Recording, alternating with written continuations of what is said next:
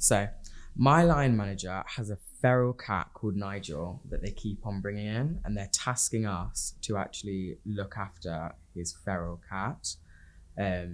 I had a doctor's appointment the other day, and I had to miss it because I was tasked with taking care of it. 2 of the people on our team are allergic to this cat. I don't really know what to do. What would you guys do? But why is no one higher up doing anything about it though? How long has it been going on for that people are just allowed to bring in their pets? Like, what if I put in my snake? Like, no one would. I mean, like, it's I don't like, think I'd be in the same building if you I brought feel a snake like in. their reaction to me bringing in a snake would be the same as everyone else's reaction to them bringing in their cat. Like, it's just not on.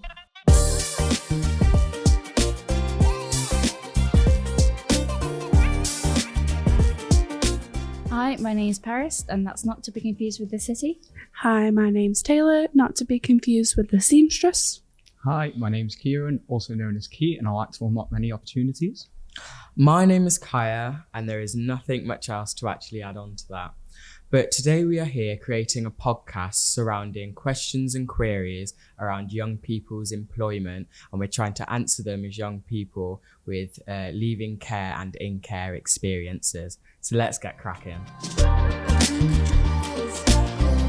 This young person said that their boss insists that they start every day standing in a circle sharing a happy story from the previous evening, like are they in primary school or something. They also keep telling us how crystals can help us deal with the stress of the cost of living. Like Sounds crystals. Like Crystals, like what are they supposed to do? It's all not only cringe, but I know a few others get pretty anxious about it. How do I put an end to this awkward ritual? Leave. I mean, cost of living's already rough as it is. Never mind, like, just having crystals to save you from stress. I'm not really sure what to say to that, to be honest. Tell the manager, you just straight up just say, this is making me feel uncomfortable. It stresses me out even more. I've heard from other people that they feel the same way. It doesn't seem to be working. Could we just get straight into the job we've actually been paid to do? Pointless to be doing it every single day, because I don't know about other people, but I'd be telling the same story every day. I went home, had my dinner, watched Netflix, I slept. That's literally the most exciting thing of a weekday, because I'm not going to be going out and doing all these different adventures when I got work the next day. Like, surely it's just pointless doing it every single day and hearing the same stories, because, average people don't go out every day and have a whole adventure and everything before work. No. To reference what we said earlier to another young person sending, it's personal and it's private. Having crystals at work and doing circle time and saying, oh, this is what I really enjoyed about this, that's actually just not necessary. Because if your work is so, what's the word, like boring and sad that you have to sit in a circle and say happy stories, there's another issue at hand, and crystals aren't going to fix that, unfortunately. Like, if they want to do that and maybe have it as like an optional thing at lunchtime, like, oh, at lunch every day, like, feel free to join me in XYZ room to do this thing. I've heard like it helps with anxiety and stuff like that, and have it as an optional thing on people's free time, so that instead of during working hours where people are supposed to be working, because again, that's what you're being paid to do, not hold their crystals and, tell stories. We've just been told that none of us will get a pay rise despite all of us needing it. And then right after that, we all got a company-wide email celebrating record profits and how the senior management are getting taken to Portugal for a reward break. Portugal? Really? I'd love to have enough money left each month to have a night out at my local spoons, and these guys are going to Portugal. What should I say to my boss? It's giving Shell record profits. Do you know what I mean? Like, it's insensitive, isn't it? Do you know what I mean? Everyone's like struggling with the cost of living and so on and so forth. And then you get an email saying, well, we're all going on holiday and all the shareholders have got like millions of pounds of dividends and stuff like that. It's insensitive, isn't it? To look at, do you know what I mean? The situation that so many people in your company are going through. And then you're off on holiday with the wages that actually could have gone to the people who are struggling. So it's like the equivalent of like going, so if you continue with all your hard work, we promise you we'll give you a pay rise because you deserve it. Then working hard, and then at the end going, actually, we're not going to do that. But you can have this measly little slice of pizza to celebrate your hard work instead. And it's just like very disappointing and like not what people want to hear when they've been working hard all year. And especially when like, obviously it sounds like they were all expecting to have some sort of pay rise.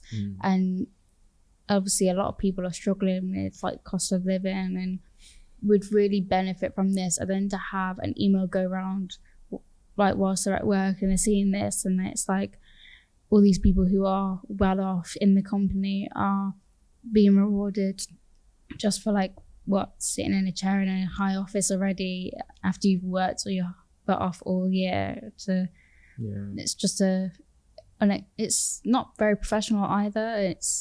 They shouldn't be sending these emails round.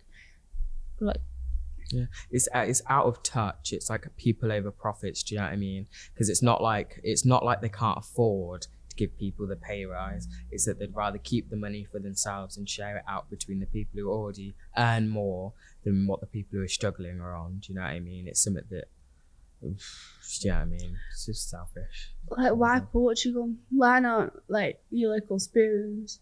Why not just go for a drink and celebrate? You should like sit down and talk to like your boss and express these feelings and like say that you feel like you deserve it, and like have that conversation with them. And also maybe if you're part of like a union, going to them as well, because unions, they can be very helpful, especially in like situations like these. I feel like it's important that people like read up on them and see if they can join one if they're not already joined one as well. Yeah. I think if you're in a job where you're traveling quite a lot to do, like, so for example, let's say you're a football coach. If you're traveling to football sessions, the manager that you have won't always see the work that you do, so they won't always recognize that. And so having that conversation with your manager will help you to get that pay rise. And then also getting witness statements from off work colleagues, and then maybe videoing a few football sessions that you coach, just to show that you can do the work, you deserve the pay rise, you've been working hard tirelessly every week. I think that it's something that everyone should be pushing for. There are two colleagues at my work who can't stand each other, and our boss has a clear favourite. He's always inviting his favourite out to the pub, football games, and even his stag, which he has as an IKEA for some reason. That is strange. It's causing major tension. Now the other one wants to sign a complaint to head office, but with just 10 of us in the team, it'll be obvious who signed it. I feel bad for them, but I don't know what to do. Sign it. Yeah. That's all I have to say. Sign it. Yeah. I think there's something to be said as well about do you know what I mean? If you're in a managerial position, you're in a position of power, to be able and influence, power and influence. And then when you start picking favourites on a team and treating people differently, treating people better, that in and of itself is a do you know what I mean? It's a whole problem. As Paris said, there's no problem with you being friends outside of work or whatever it is, but when you're in the workplace, you've got to keep it professional. You can't have friends, you can't play favourites. Do you know what I mean? You've got to treat everybody the same, because that's just how work works. Yeah, it's almost like the manager's abusing his power in a way, and then picking that favourite over the other person. Yeah. When really, you should be treating both of them the same. So if he's taking one to the pub, the other one should be invited to go with. And if the other one says no, then that's fair enough. But if he does go along, then it's a win-win for everyone. Yeah. Yeah, I suppose it's making that effort, isn't it, to actually resolve that tension as a manager, to resolve that tension. If that person says no. Like, do you know what I mean? They say no, but making that effort. When it comes to a relationship, obviously go to HR, and because of the amount of unprofessionalism within that relationship, obviously in your free time, yeah, go ahead, go pub, go IKEA, go park, anything like that, do that. Just don't bring it back to work. And if that carries on happening, I will go to HR and see if either that manager can be moved teams, or like if that employee can be moved teams.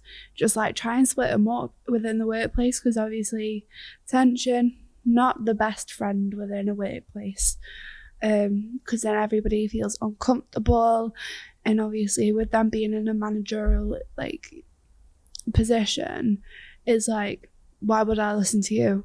Yeah, and like I said, there should be those boundaries that have been set, like, and obviously if those boundaries have not been set, or they're constantly crossing those and like bragging about stag do's at IKEA, which is nothing to brag about because it's IKEA, you know, we used 13-year-olds go there for like meatballs, like it's nothing to be bragging about, like, but you shouldn't be doing that in that position. You should be there to do your job, help others if they have any questions or need any help.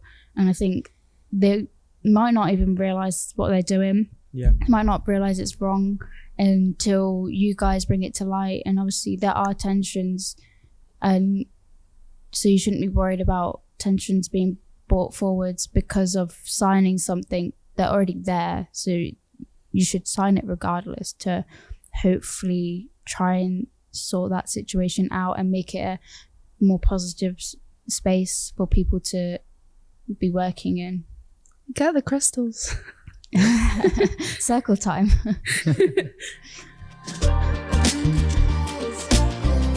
The next one is this person got a interview for a job that they've really wanted to do. So, but they've been told that the interview is going to be at the manager's house, and there's no way that they want to go to some random guy's house for an interview, but they desperately need the job. They don't know what to do, and they don't know how to go about it without sounding like they're accusing them of being a weirdo, although they just really sound a bit weird. So yeah. That's strange. It's unprofessional to ask someone to do an interview at your house. It's unprofessional. And I get, like, you really need the job, but do you know what I mean? There's lines and boundaries that you have to keep when you're working in that like professional environment, and asking someone to come over to your house so they can do an interview just sounds creepy, and it sounds weird. So obviously it'll be understandable if the job was like for babysitting or like dog walking or something like that, because obviously you'll have to go around to that person's house to meet them, meet the dog, meet the kid. But for an actual like professional role, it's a bit creepy for one, because interviews, they're supposed to be like a professional, it's supposed to be formal. It's kind of not formal when it's at somebody's house. Like, what are they expecting you to do? What is this job for? Like, is it for cleaning a house? Just, they need to make it into a professional environment. So like the office and an interview room, but not somebody's house. That's just a bit too far. I also think if the employer's asking you to come to his house for the interview, obviously don't do it. Like, that's a definite no. But if you could do like a Zoom meeting or a Teams meeting, then that might be more preferential for both of you, as none of you have to go out of your way to make the other feel welcome, if that makes sense. Yeah, so obviously it could be like a small upcoming business that are always trying to find employees to help out, but I would go along with what Paris has said. I would be like, can we meet in like a cafe, or like I would feel safer in a park than just being in your house. Like, there's alternative ways to meet up, other than making somebody feel uncomfortable. I think to summarise that section, definitely do not go to an employer's house for an interview. Yeah. And Pretty simple. message them politely, but also firmly, setting those boundaries and saying that you feel uncomfortable having an interview in someone's house, and asking the question, could we do it over Zoom or could we do it elsewhere instead, so that they have that option of sending you a Zoom link or sending you a new location. So I had this input sent in from a person who works at a plumbing company. He put, as we're young, management are insisting that we must like and boost every company post on all socials. We sell plumbing equipment. Who's going to get excited about that? Every week we have to show we've done this. I didn't do it last week, and now my boss is saying I'm not loyal. It's ridiculous, but if I speak up, I look like I'm not a team player. How do I deal with this? Yeah. It's a plumbing company. Do you know what I mean? What can you like? No one's gonna look through your like social media likes and say, oh, it's a plumbing company. Like, actually, no one cares in reality. Not a team player. How can you like not be a team player? All you're doing is liking photos. Do you know what I mean? I suppose it's not like difficult to like a photo, but to treat one of your own team and say that you're not playing, you're not a team player, you're not helping or whatever it is, just because they don't like a few photos of some pipes, is a little bit ridiculous, to be totally honest. I But think as well, maybe going to them and suggesting alternative ways to promote the business and is probably a better idea. So you're not saying, oh, I'm not going to do what you're telling me to do, because in reality, you've been given a job, you've been told this is what you need to do as part of your job. So you really should at least attempt to do something. But maybe if you don't want to do that, or you don't think that it's going to work, maybe coming up with some other ideas or asking other staff what they think could potentially work better, and then bringing those ideas and saying, look, hey, this isn't really going to work. I'm a bit younger, so I know how social media works. How about we do this instead? That might work better. it's a good point, to be fair, having that divide in like personal and private life, not having work as your entire life, because that doesn't, do you know what I mean, that negatively impacts people whether you're young or not, having work as your entire life. So it's actually creating that balance where you can be at work and you do all the things that you do normally, and also you can go home, you can actually have a life of your own which doesn't involve the work that you do. It's free promotion in my opinion. You should pay me to put it on my page, me and my 5 followers. Extra £5 per post. Exactly. 50 pence a post. Okay, so moving on to the next response that we've had from a young person. This person has said, I've been through 7 interviews for this job over 4 months. It's been such a mess. Netflix could make a true crime series out of it. I was sure I'd be great at it. Why not go for it? But now they've ghosted me harder than my ex. That's a bit awkward.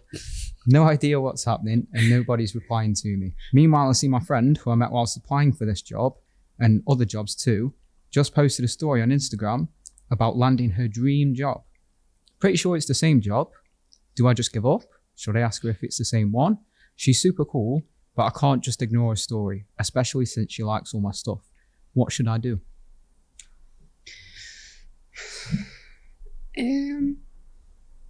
Obviously, I would say try and look for other places. Obviously, if you really like this job you want to go for, see if there's other opportunities in other companies that do the same thing. Have a talk with that person and obviously see if it's the right job, like if it's the same job, and see if they can speak to like the HR about it for you, because obviously having that inside person to like be like, oh yeah, so recommending this person, that can actually help the process a lot more. 7 interviews is actually quite ridiculous if you think about it. Yeah. Over 4 months. To be frank, to be totally honest, if you've got to like 7 interviews at the same place and now they're ghosting you, don't really think they want you for the job, to be totally honest. I would give it up. because if they really did want you, they'd contact you back after the 7 interviews you've done. But I don't think they do. I think you should, one, contact the company that you're doing all these interviews for, because you could also then ask them what you could do, what you did wrong, what they're looking for, ask for some feedback. So then even if you go to apply for the same role in a different company, you know then what they're looking for and what you need to do in the future. And if it is the same job that this girl has got, maybe asking her, what did you do, or what was your process, what did you have to do, could you give me any tips, and just sort of like having that conversation, because it would be really helpful to get that feedback back. And if you're going to continue going to all these interviews, then you might as well go and contact Guinness Book of Records as well, to get a new record for most number of interviews for one company. Yeah. I mean, being ghosted, that's just a lot, isn't it, really? Like, being ghosted by someone that you really want this job for and hasn't got back to you about what you could have done better, what you could have improved on, why you didn't get the job, why this other person got the job instead, Yeah. I think is wrong on so many levels, because being ghosted affects your confidence at the same time as well in being able to apply for the same job at a different company. And it makes you think, are you good enough? You know, am I worth it? Is my time worth it? That sort of thing. Yeah. So to summarize, are we saying that this person should find another job and move on? Yeah, and then Yeah. see, obviously, what Paris has said, see what the issues were. That's Just if they don't ask ghost for them again. feedback. Yeah. More interviews, but just not at the same place. An interview about what they could have done better. Yeah, you know, make it to 8 or 9. Yeah. Yeah, just moving somewhere else, looking at a different field, looking at a different place, different company, whatever it may be, but not, do you know what I mean? Not just carrying on after they have ghosted you or they have not left to apply. Yeah, it's rude, but there's nothing you can do about it, to be totally honest. So another entry, so this person sent in and it says, we've been told that we're supposed to power through our breaks, and that we need to keep them short, and we're supposed to have breaks every 5 hours, but we keep getting told by our boss to keep going. Like, what's next? Not going home, not sleeping, only speaking once a day. I'm also very worried about my friend who has an autoimmune disease and needs to take regular medication for it and take proper breaks. She doesn't want to tell the boss because she's afraid to get fired from the job. And our boss thinks that medical conditions that he can't see are, quote, work lazy nonsense. What should I do? Legally, you're supposed to have breaks. So every time you are working a certain amount of hours, you're supposed to have a set amount of breaks. So obviously if they're not providing you with the breaks that you need and are supposed to be having, then you need to take that up with someone, because it's like unacceptable and it doesn't create good working environment for anybody, especially for someone who's got a condition that needs like regular medical treatment and breaks. They need to be accommodating for that as well, and not just saying that it's woke laziness and, you know, there's no such thing. It's, you know, proven by doctors, and it's not an excuse. So I feel like everyone just needs to all put in like some sort of like they need to all just sort of explain how they feel to the relevant people, like HR maybe, or whoever's higher up than that boss, and explain the situation as well, because you shouldn't be fearing being fired just because you're taking a break that you're supposed to be having. That's not right. I feel like it's kind of ridiculous how that boss does think that non-visible conditions are just like fake, because there's so many invisible disabilities, like mental health issues, like they're not visible. It's that sort of thing that will make people quit, and then they'll have no staff, and then they'll be wondering, oh, why don't we have any staff? And it'll be like, well, maybe you should have given them breaks, you know?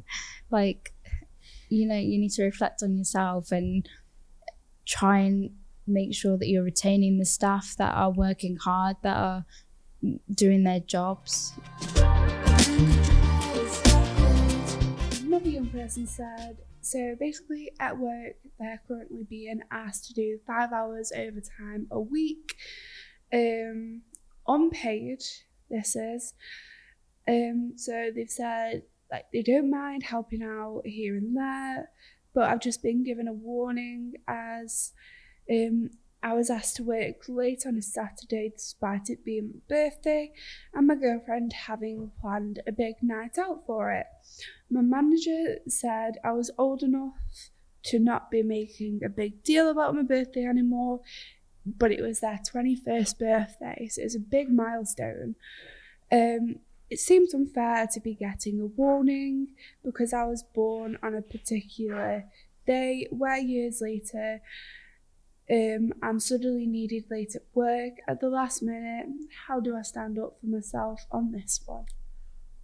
So in this situation specifically, it'd be very different if it was, do you know what I mean? If your shifts were put on and you'd given them, if your shifts were put on and they put like notice in or whatever it is, but number one, it's unpaid overtime that they're asking you to come in for, and it happens to be your birthday. That is like, and they're telling you, oh, it's not that deep because you're older. That's quite a selfish thing to actually say to someone, that it doesn't matter about your birthday, you should come in and work because it doesn't matter anymore because you're not a kid. Like, that's not a very, do you know what I mean? That's quite a selfish thing to say. What I would say for this situation is poor planning isn't your problem. The manager's poor planning is not your problem. I would, if you've like booked it off, or you've said it or whatever, I would take the time off and celebrate yourself. Especially considering that it is just overtime work. I'd take the time off and celebrate yourself. If someone actually has a problem with it, I'd bring it up with HR, explain your side of the story, and actually just let that known. It might obviously impact you negatively. If you think it's going to really impact you negatively, then, do you know what I mean? Do what you think's best, but don't let people walk over you. 5 hours of overtime. Don't let people walk over you. Do you know what I mean? Just don't let people if it's do it. happening to you, it's likely happening to everybody, so it should be definitely looked into, because if everyone's unhappy and they're constantly having to be working more than they should be and not getting paid for it, and especially like if someone's like got like kids and stuff, and like it's like last minute, oh sorry, you can't go pick up your kids from school, you've got to come and stay in and continue your shift unpaid, or it's like, well, you can't expect people to do that. So it's, you know. Another thing this employee could do as well, they could just like ask around to other employees, see if they could cover their shift for them. Yeah. If they notice the birthday and obviously they didn't realise like that it was that day, or like they've tried book it off and like the manager said, no, you can't, you have to come in that day, we're short staffed and stuff like that. I would go around, because obviously everybody will be happy to take an extra shift, especially those who don't get many as it is. And obviously with that 5 hours unpaid, obviously people would be wanting to cover more. So I would just go around and ask if anybody could cover, because obviously they'll be getting paid. It's just kind of like an inconvenience for everyone, really. So to sum up, we are basically saying stand your ground and go to HR with your issues, ask around if anyone else is feeling the same way or experiencing the same problems. You can also bring that up and let them know that you can't be expected to do last minute shifts like that, especially on such a special day like your birthday, when you've already got those plans. I mean, you've already said you don't mind helping out here and there, but to be doing it on a day like your birthday, and yeah, just stand your ground, I guess. So we've had another young person send this one in. I think they are a woman. It seems that it happens to be about sexism in the workplace. But it says that my boss Ben is about 40 years old and he keeps on calling himself a top lad. Gym body, tight trousers with no socks, and the loafers, do you know what I mean? The whole lot. And there's 7 men on her team and only 2 women. She says that he keeps on putting like videos and content into like the WhatsApp work group chat that's just inappropriate. And he also, he was handing out promotions. She is really good at her job and so on and so forth. And he handed the promotion to someone who is junior to her. She went up and asked him about it, questioned it, and his reaction was something along the lines of he didn't want to put the stress on her, and that it just needed a bit of a lad's head to do the job. Obviously, this is completely inappropriate, but what are your guys' thoughts on needing a lad's mind to do a certain job? Well, really, there's nothing different between like a female's and a lad's mind. They're both the same. And obviously with her being like senior to this person who got the promotion, it's kind of like, why? Because they have not got the experience that she has. So why not give her the promotion and give it to someone who hasn't had as much experience? It's just kind of ridiculous. And them thinking, oh yeah, lad's mind. There's no such thing. Each person's mind's the same, no matter the gender. It's just kind of ridiculous. It's so unfortunate that a lot of things like this happen a lot, and I think it really needs to be looked into, because promotions should be based off of work ethic, who knows how to do the job, who's going to be able to do the job properly, not based on, you're a girl, so you can't do that, it's, a lad's thing. No, there's no such thing as it's a lad's thing. It's who's going to be better for the job. And in this case, it seems like she's better for the job, and it's just preferential treatment. It's just who he wants it to be, not who it should be. And again, it's unfortunate that things like this happen, and I feel like unless you speak up about it, it's just nothing's going to happen, and it continues to be the same cycle throughout, every time you go for these promotions. I think if you have just that one lad's mind, it doesn't create a variety within the organisation. So you get the same idea over and over again multiple times. You just change how you do it. Yeah. Whereas having that variety can give you multiple ideas, different ways of doing things, different techniques, and it just allows the business to grow and grow and grow in diversity. And I also think that if you just got a lad's minds or one mind focused business, then you're hashtag losers. If you don't mention something now, it will continue, and you can't let this cycle continue. You need to continue to voice your opinions and let someone know this is how you're being treated, and make sure it's sorted as soon as possible, because as soon as they think, oh, they're just accepting my answer that it's a lad's thing, it's going to continue, and that'll be the answer every single time, and nothing will ever change. So it's maybe hard to go to someone and talk to them about it, but you just sort of need to, both of you, because you're probably going through the same thing or being treated the same way, with only being 2 in a group of 9 where 7 of them are men. You need to both sit together, both go and voice how you're being treated, and put up a front and show them that you can do the same thing, and you're not to be judged or mistreated just because of your gender. Yeah, definitely. Again, if you're part of a team, you're there to work as a team, not to individualize and isolate people from there. So whether, regardless of race, background, religion, gender, you should all come together to work as one rather than as individuals in silos.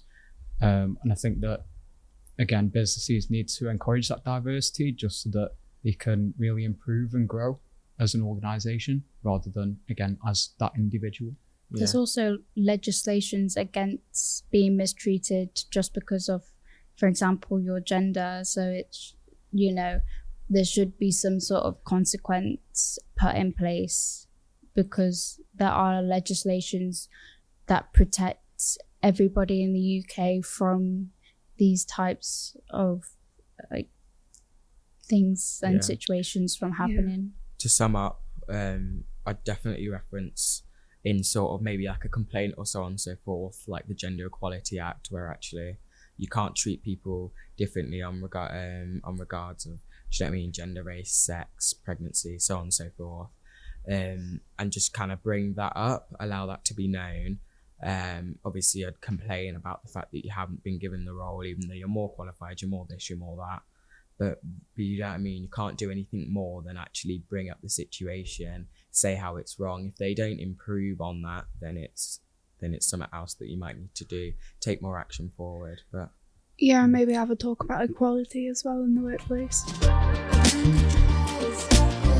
My managers want us to email them progress reports every hour, and they have this thing that monitors how much time we spend at our desk. We're not even allowed a loo break that's longer than 5 minutes. The loo is a 3-minute walk away. Imagine being in a job where you're scared of going to the loo or end up having to train as a sprinter to make that crazy time limit. I just feel like I'm being watched all the time. What do I say to them? I think going back to one of the earlier questions that we had, breaks are crucial and they're so important. Every employer should be giving their employees a break. Just because it's the law, it's illegal to not have a break.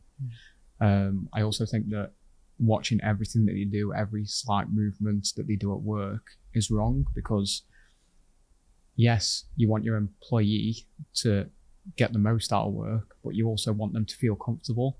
And if you're stalking them 24/7, watching what they do at work every single minute, then they're not going to feel comfortable to produce the work that you want them to produce. It's that desk thing, like counting how many like minutes and seconds you're at your desk. Just because you're not at your desk doesn't mean that you're actually not doing your job. You can be walking around to find a new train of thought, whatever it might be, doing some numbers on your phone or whatever it is. People have laptops where they can take them and do their work somewhere else. Do you know what I mean? Monitoring the time that you spend at your desk, and then like pulling you up on it as if it's some sort of criminal activity to not be sat at your desk is just absolutely ridiculous. And do you know what I mean? It shouldn't happen. Yeah, so we've got another question in from another young person, or should I say a scenario, and it says that so they've just got a job offer in, but they've actually cut it by £5,000. They can either like take the job and just about, do you know what I mean, scrape on rent, get food like pot noodles and stuff like that, or do you know what I mean, what should they do? They can either do that, or they can look for another job but possibly not get one and put themselves in a bit of a struggle. So what would your guys' opinions be on how to solve that situation? I think for the time being, if you were claiming benefits, then stick with benefits if you feel comfortable to continue living on benefits for another couple of months. However, if you really are struggling on benefits and you don't know how to manage that money, then definitely take the job and look for work elsewhere. Maybe try a part-time job over the weekend as well, just to see you over for the month. I think it's, do you know what I mean, once you get a job offer, I don't know what the legalities of it is, but to then reduce it in pay, I don't know whether that's legal or whatever, but I would personally say to actually just take the job, so you do have that money just to cover your rent and so on and so forth, but don't stop job hunting.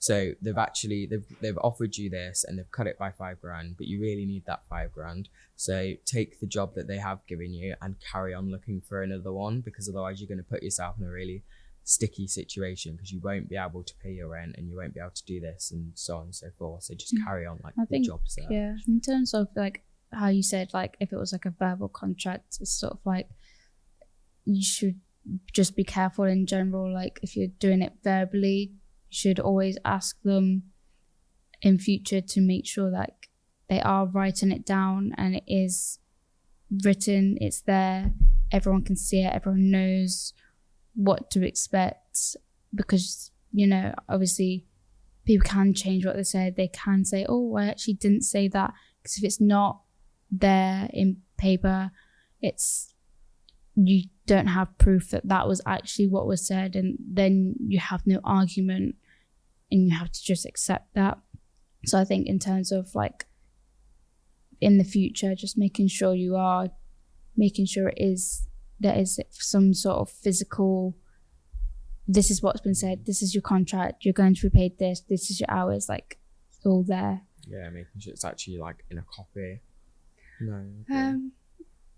I would say just go onto that job, do what you can, get paid that money, get you by. But while you're in that job, starting looking for others. Just see if you're happy in the job first, because then the money doesn't really matter as long as you can pay your bills and stuff like that. If you're happy at that workplace, if it's what you want to do, it took you so long to actually be able to find the job, I would say just carry on with it. But obviously start looking for other jobs as well, with the better pay that you know that you can actually live on. Definitely seek out advice. If you want to take the job, then take the job, as because you'd feel more comfortable with it and you'd feel comfortable on the wage. If they do offer you a verbal contract, then maybe think about it and then let the person interviewing you know that you want to think about it before you make a final decision. We have another send-in, and it is this young person's at work and they've got this new like positive and negative language overhaul. So they don't want people asking for help, because help is a negative word. They want them to use alternatives. But how am I as a cashier supposed to not help a customer? How am I supposed to not help? It's not a negative word. How am I supposed to express that I need support in a way that isn't just using the word help? I would personally say screw it. Just ask for help, because actually asking for help is a very necessary thing. I would view it more as positive, because when you're asking for help, obviously that's when you know you're reaching out and you've like reached that limit where you're like, yeah, I do need help with this thing. It's not negative, it's more positive on that side. Yeah. And it's like, you know, it shows that you're willing to learn, and you're wanting to do your job properly, so you want to improve. And it's like, if you're asking customers, how can I help? It's, what else are you supposed to say to the customers when they need it? It's, what else are they wanting you to say? Are they supposed to ignore the customers and just walk on by because they can't actually ask them if they need the help? That's just ridiculous. Yeah. So I think to get a warning for that is, come on, like, you know. I think ridiculous. when you're actually like labeling words, like that's negative and we don't want you to use that. Like that's not how a workplace should work. Do you know what I mean? When you ask for help, it's a confidence thing, isn't it? To actually sit there and say, well, I'm struggling, so I'm asking you for help, and then you, oh no, but you can't use the word help. Do you know what I mean? It's a bit ridiculous. It's a bit stupid. How are you going to enforce it? You can't. Do you know what I mean? Asking for help is actually a positive thing, because it shows that you are struggling, but you're willing to ask for that support or whatever it is. You're willing to put that effort in. A lot of people won't ask for help. The fact that someone is a positive in and of itself, and you shouldn't get rid of that by saying, oh, you can't do that and blah, blah, blah, blah. It's ridiculous. Yeah, I'm not going to lie, I ask for help all the time, just because I need it most of the time.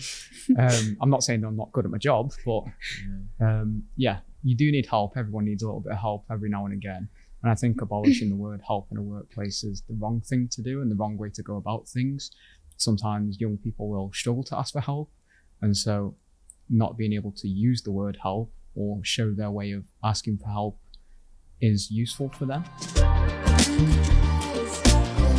So So this one person, they put that they've just started in a really busy restaurant a couple of weeks ago, and their boss keeps vanishing during peak hours and leaving them in charge during all this chaos. They're 18 years old, they said, and they don't know how to bring it up or leave without burning any bridges, because it's a small town and everyone knows everyone. They tried to speak to their manager about it, but when they did, they just looked them in the eyes, clicked their fingers and said, when opportunity meets graft, magic happens, and walked away. They're unsure of what their next move should be, so.